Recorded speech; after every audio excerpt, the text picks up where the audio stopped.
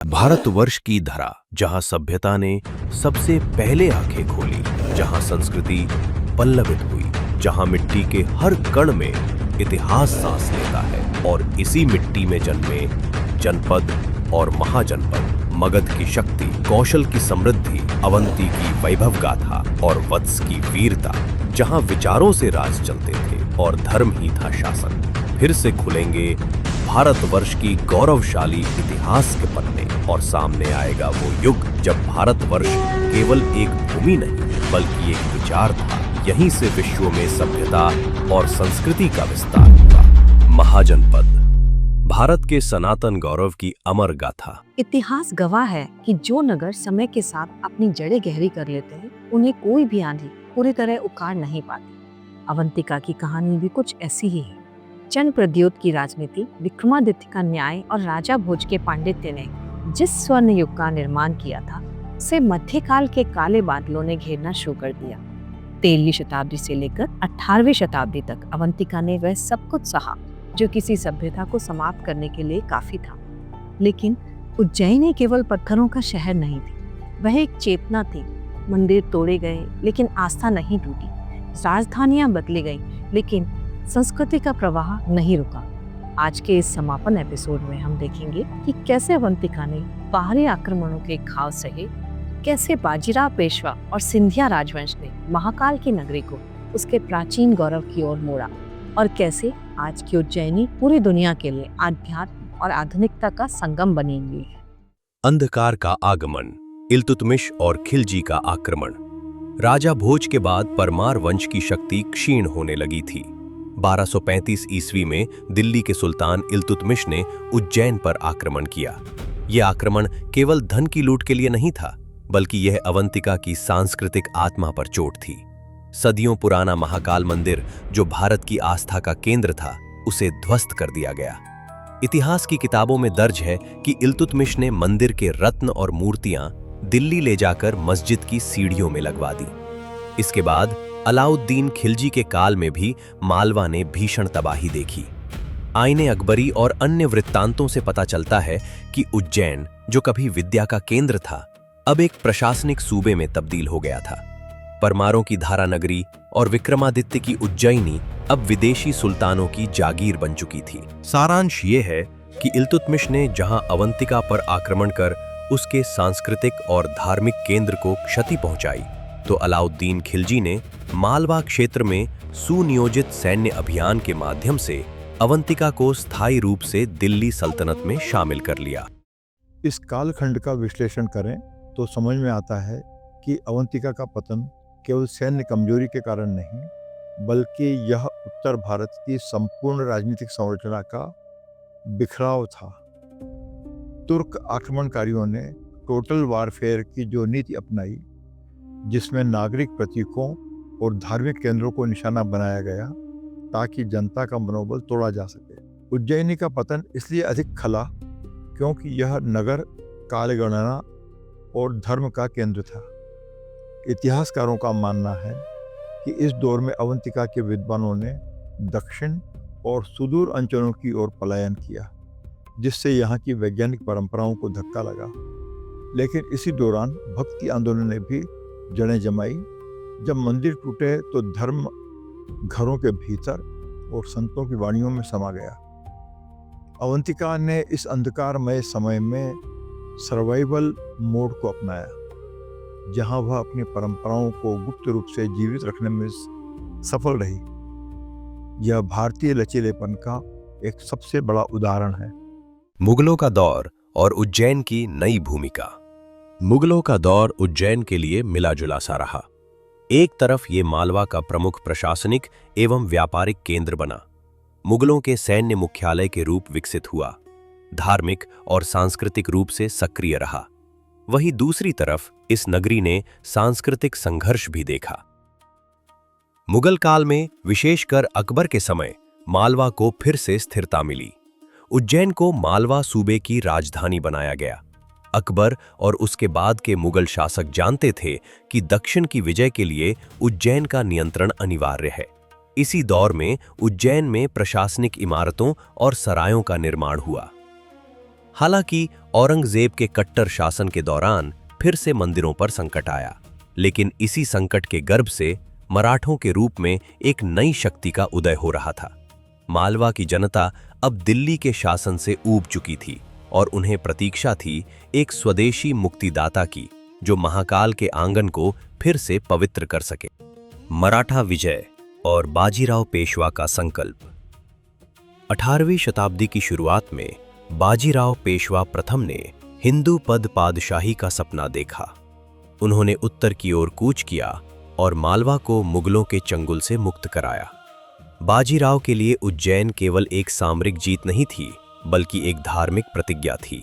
बाजीराव प्रथम ने नर्मदा नदी और चंबल नदी के मध्य भाग में फैले इस मालवा क्षेत्र पर मराठों का वर्चस्व स्थापित कर दिया।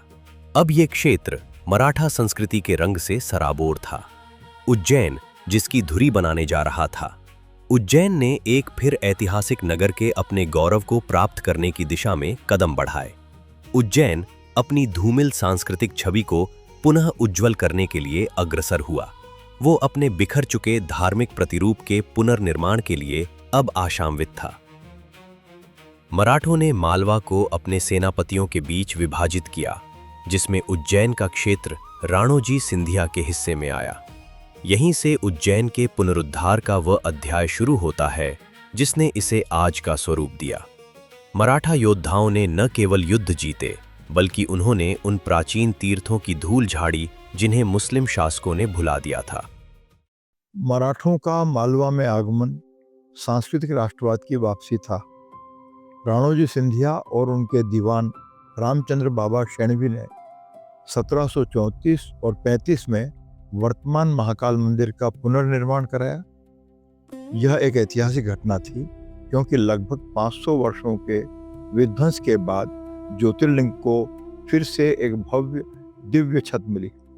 मराठों ने मराठा वास्तुकला और स्थानीय मालवी शैली का समन्वय कर घाटों, मंदिरों और धर्मशालाओं का निर्माण कराया। इस काल में आर्थिक रूप से बदलाव आए। उज्जैन फिर से कपास और अफीम के व्यापार का बड़ा केंद्र बना। मराठों ने ब्राह्मणों और विद्वानों को फिर से उज्जैन में बसने के लिए भूमि दान दी, जिससे विक्रमादित्य के दौर की वह शैक्षणिक परंपरा फिर से जीवित हो गई। यह काल केवल सत्ता परिवर्तन का नहीं, बल्कि स्मृति की वापसी का काल था। सिंधिया राजवंश और आधुनिक उज्जैन की नींव। सिंधिया काल में उज्जैन समृद्धि की उस धारा से वापस जाकर जुड़ गया जिसकी का उद्गम विक्रमादित्य के दौर से हुआ था। वह धारा जो राजा भोज के समय अपने विराट प्रवाह के साथ बह रही है, वह धारा जो मध्यकाल में संकीर्ण और धीमी हो गई थी। उज्जैन का वैभव लौट आया और अब वह आधुनिक दौर के प्रवाह में बहने को मचल रहा था। यह हर उस प्रतिमान की वापसी का दौर था जो कुछ बीच में कहीं धुंधले पड़ गए थे, कमजोर पड़ गए थे। अब उज्जैन आधुनिक दौर में प्रवेश करने को लालायित था। राणोजी के बाद महादजी सिंधिया ने उज्जैन को अपनी शक्ति का केंद्र बनाया। महादजी एक ऐसे राजनेता थे जिन्होंने दिल्ली के मुगल सम्राट को भी अपने संरक्षण में ले लिया था। उनके समय में उज्जैन उत्तर भारत की सबसे प्रभावशाली राजनैतिक राजधानी बन गई। सिंधिया शासकों ने उज्जैन में जंतर मंतर, वेधशाला का जीर्णोद्धार कराया, नए मंदिरों का जाल बिछाया और क्षिप्रा के घाटों को पक्का किया। हालांकि बाद में राजधानी ग्वालियर स्थानांतरित कर दी गई, लेकिन उज्जैन के प्रति सिंधिया परिवार की श्रद्धा कभी कम नहीं हुई। आज भी उज्जैन की अनेक परंपराएं और शाही सवारी सिंधिया काल की देन है। समाजशास्त्रीय दृष्टि से सिंहस्थ कुंभ अवंतिका का सबसे बड़ा सॉफ्ट पावर है। यह आयोजन जाति और भाषा की सीमाओं को तोड़कर एक वृहद भारतीय पहचान बनाता है। मध्यकाल में जब उज्जैनी राजनीतिक रूप से कमजोर थी, तब भी कुंभ की परंपरा ने यहाँ के व्यापार और सामाजिक संबंधों को जीवित रखा। आधुनिक समय में सिंहस्थ ने बुनियादी ढांचे के विकास में बड़ी भूमिका निभाई है। यह दुनिया का सबसे बड़ा डिजास्टर मैनेजमेंट और पीपल मैनेजमेंट का उदाहरण है। सिंहस्थ यह सुनिश्चित करता है कि अवंतिका की जड़ें केवल मिट्टी में नहीं, बल्कि लोगों की चेतना में है, उनकी आस्था में है। यह उस सामूहिक स्मृति को नवीनीकृत करने का उत्सव भी है, जो चंड प्रद्योत और विक्रमादित्य के समय से चली आ रही है। शिप्रा का अमृत, सिंहस्थ कुंभ की परंपरा। महाकाल मंदिर और पवित्र क्षिप्रा नदी ने सदियों से लोगों को उज्जैन की यात्रा करने को प्रोत्साहित किया है। लेकिन सिंहस्थ कुंभ लाखों लोगों, विभिन्न संप्रदायों और अखाड़ों के साधु संतों के लिए आकर्षण का सबसे बड़ा केंद्र रहा है। ये चैत्र मास की पूर्णिमा से शुरू होकर वैशाख पूर्णिमा तक चलने वाला एक मेला मात्र नहीं है। अवंतिका का इतिहास अधूरा है सिंहस्थ के बिना। हर 12 वर्ष में जब गुरु बृहस्पति सिंह राशि में प्रवेश करते हैं, तब उज्जैन की क्षिप्रा नदी अमृतमयी हो जाती है। यह आयोजन अवंतिका की उस प्राचीन शक्ति का प्रतीक है जो हजारों सालों से निरंतर चली आ रही है। कुंभ केवल संतों का जमावड़ा नहीं है, बल्कि यह अवंतिका के वैश्विक नागरिक होने का प्रमाण है। यहां देश दुनिया से आने वाले करोड़ों श्रद्धालु यह सिद्ध करते हैं कि सम्राटों के आने जाने से इस नगरी की पवित्रता पर कोई असर नहीं पड़ता। सिंहस्थ ने ही उज्जैन को आधुनिक समय में भी एक लिविंग हेरिटेज, जीवंत विरासत के रूप में बचाए रखा है। समुद्र मंथन के अमृत कलश से छलकी अमृत की चंद बूंदों ने अवंतिका को भारतीय इतिहास में अमर कर दिया। इन अमृत बूंदों ने एक पूरे राष्ट्र को एक सूत्र में बंधा रखा है।